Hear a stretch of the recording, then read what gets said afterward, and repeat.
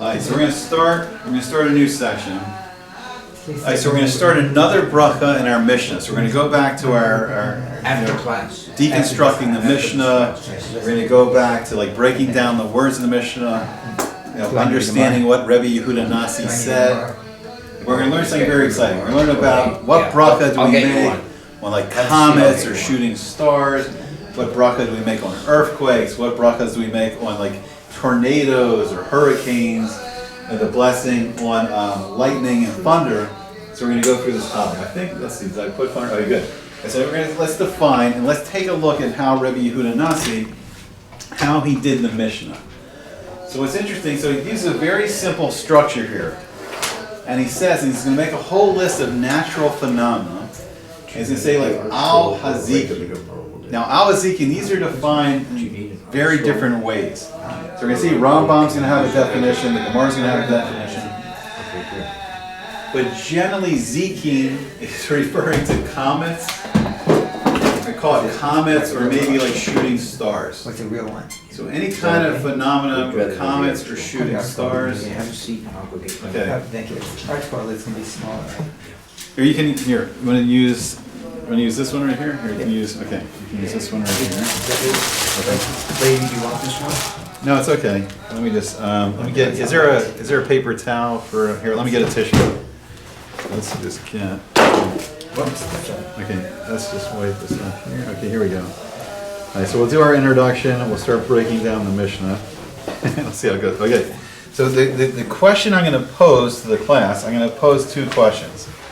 Alright, so I don't know what everyone's minhag is on these brachas. It's gonna be the right time. Yeah, it'll be the right time. Okay, our minhag. Because they have to go. No, It's gonna be fine. He's done. It's gonna be fine. Yeah, we're gonna. It's gonna have a seat. We're gonna end at the. We're gonna end the same Do time. you use B, Steve? So we're gonna go together then. Alright, so I'm gonna pose two questions. One question is, my mincha is like when I see the flash of lightning, I make a bracha. Berachot Hashem Elokeinu melech haolam osem ma'aseh bereshis. Hashem made the creation. He made the ma'aseh bereshis. He made the actions of bereshis. When Hashem, starts the first saying of bereshis bara Elokim, Hashem creates the universe. So when I see lightning, I make that. When I see thunder, hear thunder. When I hear thunder, I make the bracha of shikocho, his strength, ugavuraso, and his power, malei olam, fill the world. So my question is, if I learn the halakha and my minhag is to make these two separate brachas, one thunder and lightning, where does that come from? Because this Mishnah just seems to indicate that you make one bracha. There's the same bracha you make on thunder and lightning. So that's one question I want to have going on. Second question, this is going to be interesting. So I want to challenge us, I want to give us a challenge, and hopefully Bezrat Hashem will be able to fulfill the challenge. There's a very interesting astronomical event coming up in September. Maybe we'll see. Maybe it'll even be on the 25th of Elul, and we'll see why that's important. Something the Zohar says. And I want to see if we can figure out, if we can check the halakha. Maybe if we can look for all the halakha. I want to see if we can figure out, do you make a bracha when a star goes nova or a star goes supernova?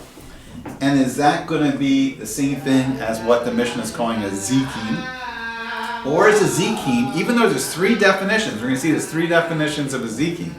Even though there's three things, it's like one definition is kind of like a comet, one's like shooting stars, one's kind of like a meteor shower, so different phenomena we have. But is a nova or a supernova, do we make a bracha on it? And so we'll look in a little bit. So I'm going to put that on the table if we can figure out what bracha to make on a nova. So, seeing on Earth, can you tell the difference between a comet, a zikim, a shooting star, a nova, or do they all look the same? Okay, so what it's going to look like is, so right now, so we just talked about the Perseids a little bit, right? The Perseids, if I'm pronouncing it right. So every late July, early August, there's like, I think they call it like a meteor shower. So you have these little fragments coming into the atmosphere, and they start to burn up. So you see these like little stars coming. They look like little stars coming. Shooting stars, they're called sometimes, right? So you have that phenomena. Then I think the other definition of shooting star is sometimes you can be watching the sky, and sometimes you may need a telescope. Sometimes you may not. You'll see kind of like a star like going through, it's like moving. So it's not a satellite, it's a star. There's that kind of phenomenon. And then there's like the comet, where like the star has like a tail. And I don't know how many we can see like through our own eyes, or if we need telescope. Like Halley's Comet, I'm not sure if we need a telescope. We may, I think. But the comet's right. So then there's the comet. So then there's the comet, and it has the tail. So all of those, we're going to see people what they're calling zeeking. So these phenomena, stars moving around, we may delve a little bit into really deep concept, but I need to find some other explanations of it because it's like really confusing what the Gemara is talking about. September sometime? What's that? So the NASA and the astronomers are predicting there's going to be a nova in the Corona Borealis in this constellation. I think it's next to the constellation Hercules. On September. When somewhere in September. But what we're going to talk about is this really fascinating Zohar at the end of Parsha Balak that talks about there's going to be a special time in history where Hashem's going to put a star into the sky on the 25th of Elul, and then all kinds of incredible things are going to happen. 25th of Elul. 25th of Elul. So if this year is a special year that the Zohar was talking about, we're going to see some really miraculous stuff, like really big stuff. All right, so but we'll see. So we'll talk about that as we go along. So then, Zavaos, the definition is generally given as an earthquake. So this is crazy. You make a bracha on an earthquake. So if anyone's ever experienced an earthquake, and we're going to see something really fascinating from our discussion that we had off camera, we're going to talk about something very interesting with earthquakes. And we're going to talk about this whole concept of here we're going to compare different things, because we're going to see that the Gemara is kind of giving svara, which we talked about it before. In one breath, it's kind of giving scientific theories of some of these phenomena, and we're going to see there's different scientific theories they have, and we're going to see something really, and then we're going to see like a deeper spiritual meaning behind some of these events, and then we're going to see something really incredible. We're going to see that we're going to compare the Yerushalmi to the Bavli. We're going to compare the two Talmuds. We're going to see something really fascinating. So we're going to see in the Talmud Bavli, right, in the Babylonian Talmud, someone's going to go to a necromancer, and he's going to ask the necromancer why earthquakes, happen. And it's strange. Like, why is he going to a necromancer, right? But then we're going to see something even more fascinating in the Yerushalmi. We're going to see that Eliyahu Hanavi, he comes to a great rabbi and asks him why earthquakes happen. And I guess, and we're going to see, because how does Eliyahu Hanavi not know what causes an earthquake? But we're going to talk about something very interesting. It's a very deep topic, because there's scientific theory. But then we'll talk a little bit about what we learned in Sefer Yov, the book of Job, that really, only really Hashem knows on a deep level what actually is causing the lightning, or the thunder, or the earthquake. Now we're going to go through scientific theories. We're going to go through the modern scientific theories. We're going to see the scientific theories in Gemara. We're going to discuss a little bit about what does that mean as a scientific theory. And then we're going to see some of the spiritual meaning behind these big events and what Hashem wants people to take away from these things happening. And besides the fact that we can make a bracha, we can make a blessing on these events.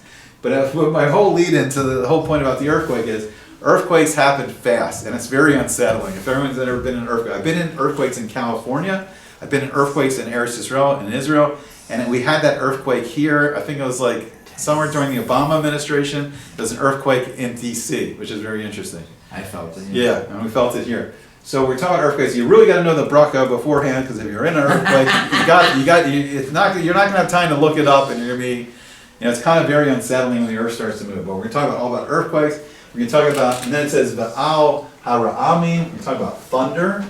So what exactly is thunder? Now thunder, we're going to get into all kinds of scientific theory. We're going to get into the modern scientific theories also of what causes thunder. Once again, I'm going to say that when we really analyze it, we start to look more into it, it may really be that only Hashem really knows what thunder is. So are you saying that old scientific theory is different than modern scientific No, we're going to theory? see some of them is very similar. We're going to see some of them very similar. But if we've changed our understanding of what causes thunder, that means we could be wrong now also. yeah, we're going to see there is one older scientific theory of thunder that's going to be very similar to the scientific theory now.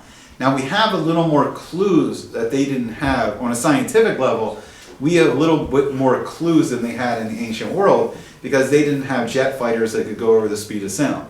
but we see something interesting when a jet fighter can go over the speed of sound. So I think the speed of sound, I think is called a Mach. I think it was named after the physicist Ernst Mach, but I'm looking at a little more sound waves. So once, the speed of sound, you're going the speed of sound. I think the speed of sound is in about a second. I think the speed of sound goes almost 4 football fields. I think it's somewhere like 380 yards per second. So 1 second, if you're standing 4 football fields away, you won't hear the sound. You need a little more than a second.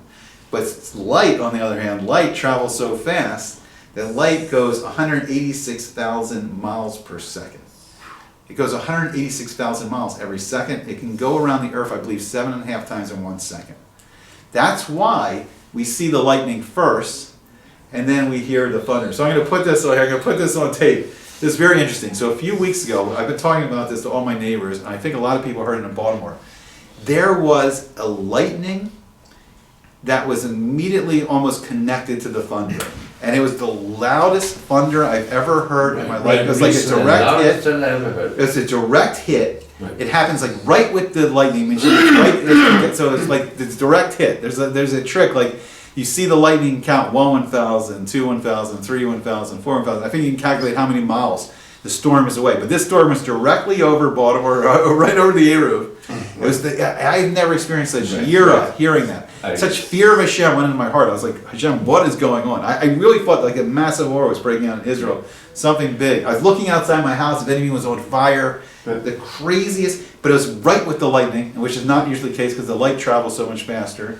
So usually like we see the lightning first, then the thunder. So we'll talk all about thunder. What is thunder? Scientific theories of thunder. What's the meaning of thunder? Like what's Hashem want? What does He want us to get from making the thunder? Then ruchos, winds.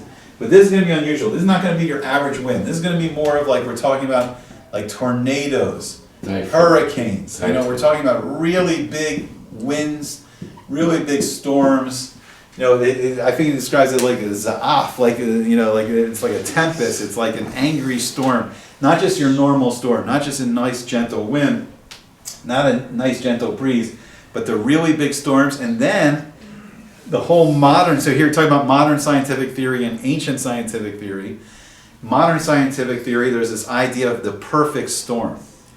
So you can have two storm fronts that come together. And if you have these two storm fronts come together, it can make this one massive storm that they call now the perfect storm. And we're going to see that's in the Gemara. It talks about the perfect storm. What happens if two storm fronts come together? What happens if two dangerous winds come together? And an interesting discussion of like, will Hashem only do it during the day so people can get out of its path? Or will Hashem do it at night? We'll talk about that. That's in this para? Yeah, it's all. We're going to compare. Bezrat Hashem, we're going to compare the Yerushalmi and the Bavli, and we're going to look around. We're not going to finish this today. We're not. This is just our introduction. This is just our intro, and we're going to start getting into the subject. We'll start looking into it. Like Al Baraki, then on lightning. So Barack, Barack Obama. It's kind of interesting. His real name, I think, was Barry, but he adopted. I don't know why. I never heard the story. I don't know if it was the Hebrew name either, Barak, but he adopted the name Barak. He said the Arab name. Yeah, It's the equivalent of Baruch. Okay, so right, so maybe he had a different meaning, but it's interesting because like with his career was like lightning, which was interesting. It was like he was just like a community organizer. Then he's in like the in Chicago, the Illinois like state senate for 2 years, only 2 years. His whole 2 years there, he's just running for the national senate to become a senator from Chicago. Then those 2 years, all he's doing is running for president. So within 4 years, he went from community organizer to the White House, like lightning, like Barak, And lightning sometimes destroys. So, but I'm not going to get too much into it. But his whole career was like lightning. It was like Barak, So lightning. But I don't think he was naming himself after Barak, like Lapidus, who's married to Devorah, the Shofet, the judge, from the book of Judges. So lightning, I spelled correctly. Lightning. As we're talking about lightning, and we're going to see the theories and the meaning of why Hashem's bringing lightning. And then what's the connection? Why is lightning and thunder, why is it connected together? And then more fascinating, talking about, we're just leaving our subject of miracles, we're getting into natural phenomena, but we're going to see there's really no natural phenomenon. And we're making brachas on these to remind ourselves that really Hashem's creating all these phenomena. But like at the Matan Torah, at the giving of the Torah at Mount Sinai and Shavuos, on the 6th of Sivan, there's a machlokas, could be the 7th of Sivan, but something supernatural happened. Besides just hearing an infinite being speak, which is like the most supernatural event you can ever experience, the Torah says something really fascinating.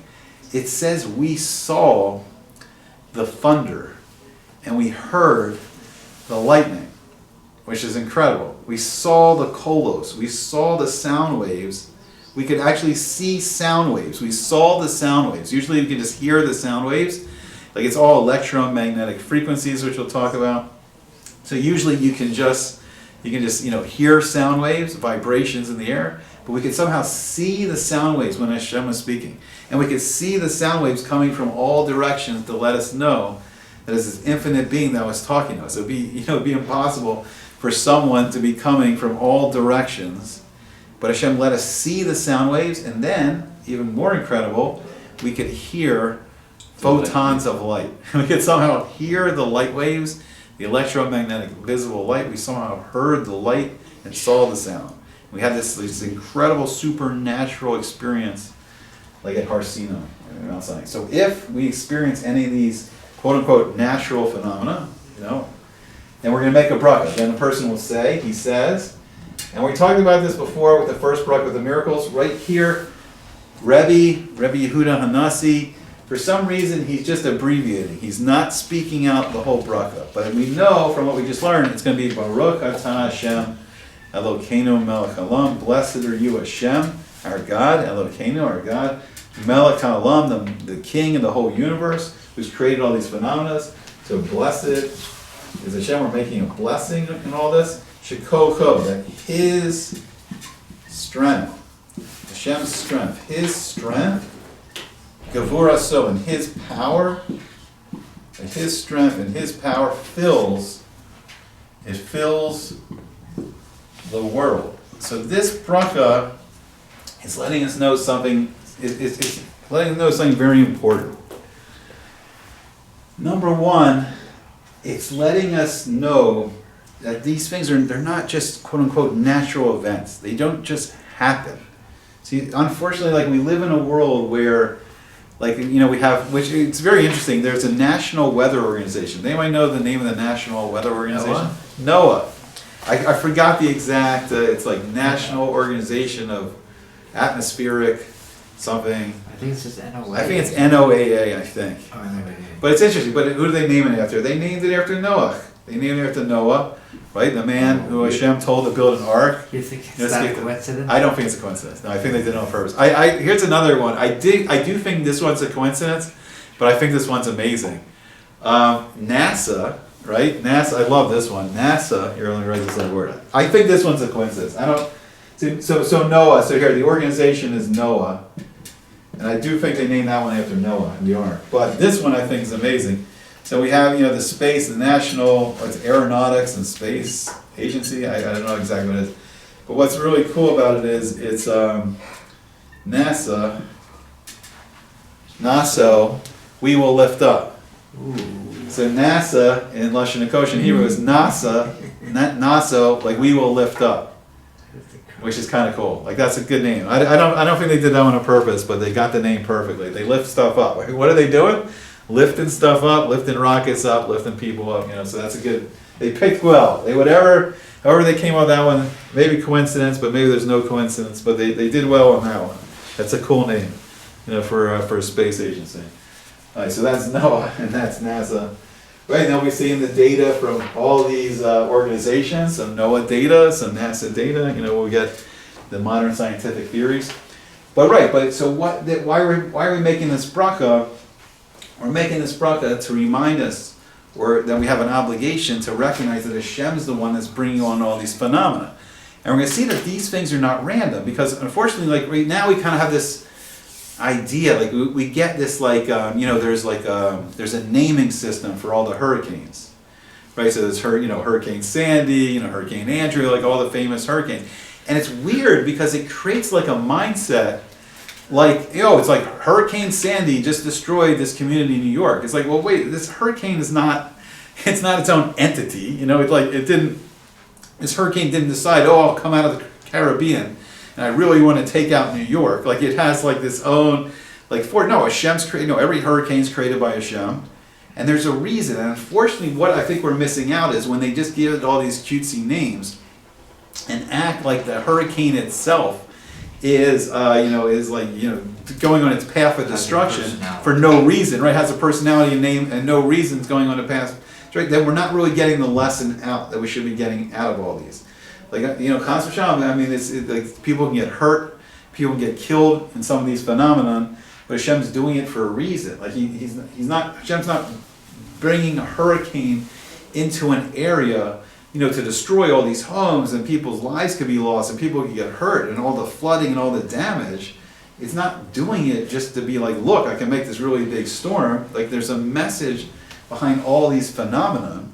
So if we don't understand them, if we're not getting the message and we don't know like what changes we should be making, like look, if hurricane's coming into some area, Hashem's generally not happy with what's going on in that area. If people get an earthquake, we're going to see, it's a message. Generally, like, people, the message is to shoot. Yeah, San Francisco.